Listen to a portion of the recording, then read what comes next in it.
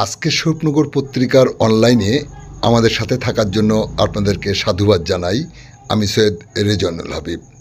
আপনারা দেখছেন আজকের বিশেষ বিশেষ খবর।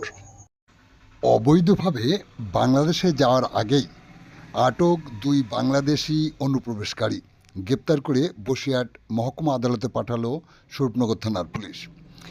গতকাল সন্ধ্যার পর অবৈধভাবে ভিন রাজ্য থেকে এসে বাবা ও মেয়ে বিথারি সীমান্ত এলাকায় কর্তব্যরত বিএসএফের জওয়ানদের হাতে ধরা পড়ে।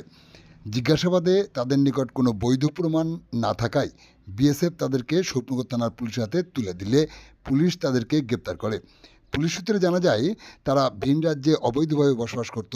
অবৈধভাবে বাংলাদেশে প্রবেশ করার আগেই বিএসএফ তাদেরকে আটক করে তুলে দেয় স্বরূপনগর থানার পুলিশের হাতে। পুলিশ তাদেরকে গ্রেপ্তার করে। তারা বাংলাদেশের নড়াইল জেলার বাসিন্দা, নাম নাসির শেখ, সাথে থাকা মহিলা তার কন্যা তারিফা বেগম।